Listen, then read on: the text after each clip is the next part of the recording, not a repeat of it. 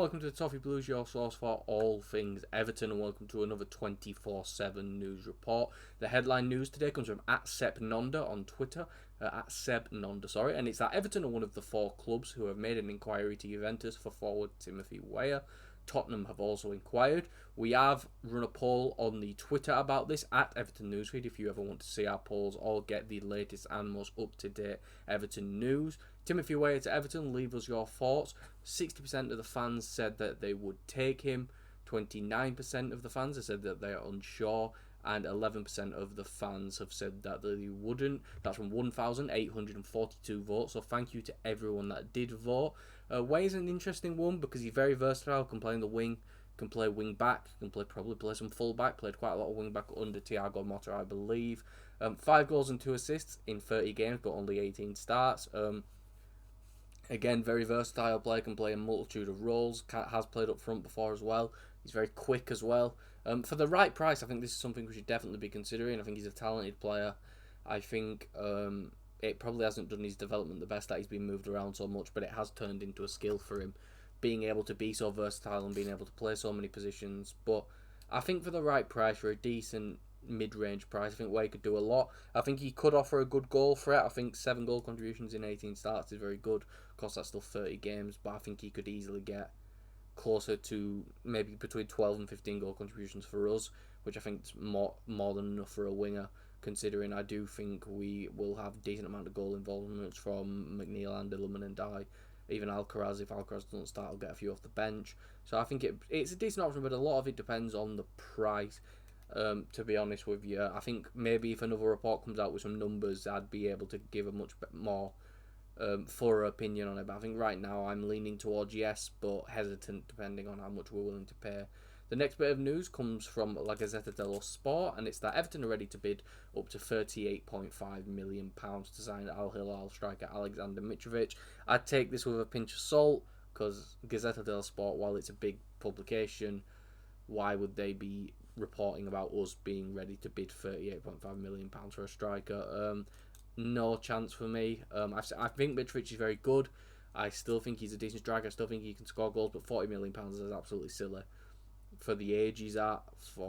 There's no resale value, and so we can't be looking for that. But I think for £40 million, I think you can get a striker of Mitrovic's calibre, or at least close to his calibre, who's much younger as well. Who's much closer to like 24 than they are to 34, to be honest with you. So I think he's only 31, 32, but still, it's very silly for us to be going and giving a Saudi league team who spent way too much money on a player a get out of jail free card by signing him for almost as much as what they paid for him. I think it'd be absolutely daft. Very good player, like I said. For 25 million, maybe I'd consider it, but 40 million it's absolutely ridiculous. I think it'd be a possible game changing mistake of the club, because for 40 million, I'm needing 20 league goals from him, guaranteed. To be honest with you, so yeah, at his age as well. Like if he was 23, I'd be willing to see it as a bit more of a project, but I think closer to 33. I think he's 31, 32 now. Yeah, for 40 million, not a chance, man. Yeah, I think you have to be world class at your mid 30s to be going for 40 odd million pounds, to be honest. Yeah, the next bit of news comes from Team Talk, and it's that Everton plan on reviving their interest in West Brom winger Tom Fellows this summer with a £10 million deal in the pipeline. This would be very good. I think he got 3 goals, 11 assists in the Championship last season. That's just from the top of my head. So if that is wrong, feel free to correct me in the comments down below. But for £10 million, it's an absolute bargain. I think Fellows has got a big future ahead of him. Still really young. I think he's ready to take a step up to challenge to try in the Premier League. I do think another season in the Championship may do him good in helping that output in front of goal. I still think it's a bit lacking, but the creativity is already there. The ability to get the striker goals is already there. So I think it'd be silly of us not to look at signing him. For 10 million, it's a bargain as well. I think that's one we have to get done as soon as possible before other teams realise how much of a bargain that is, to be honest with you. The next bit of news comes from Peter Rutzler, and it's that Fulham also offered Kenny Tete oh, wait a minute. Is there something else about Tete first?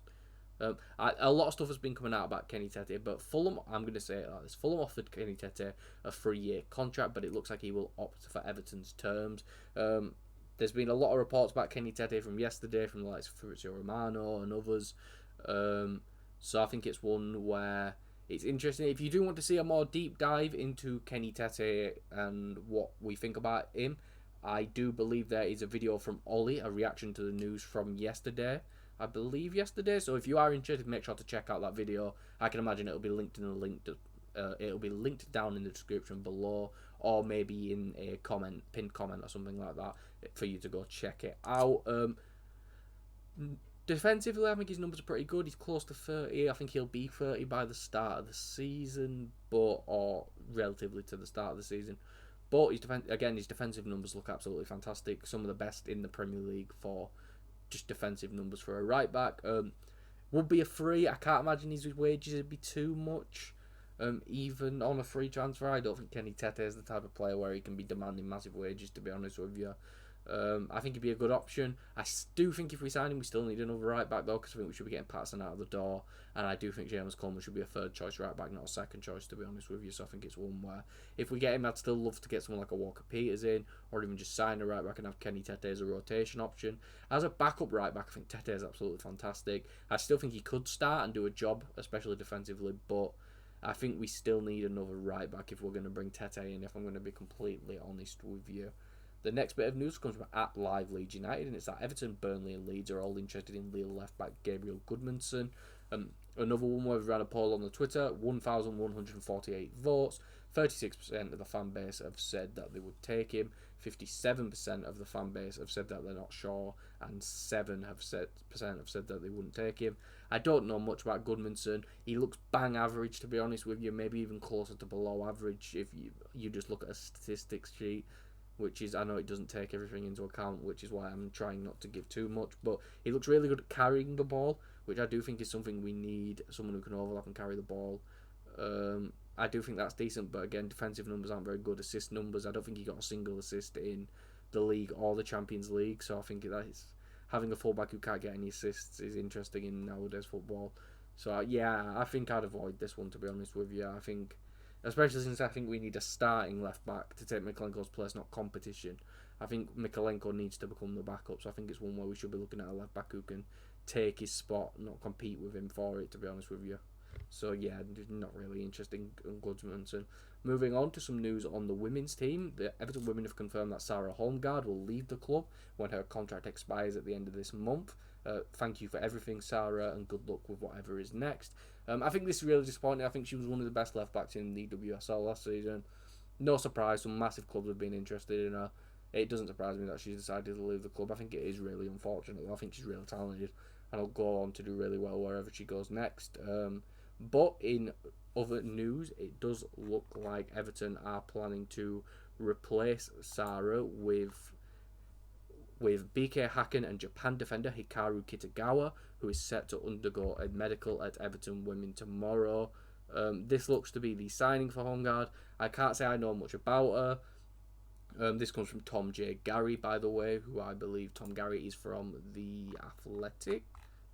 The women's football writer for The Guardian. I do apologise there. Tom Gary is the women's football writer for The Guardian, so a very reliable source. And yeah, I don't know much about Kitagawa.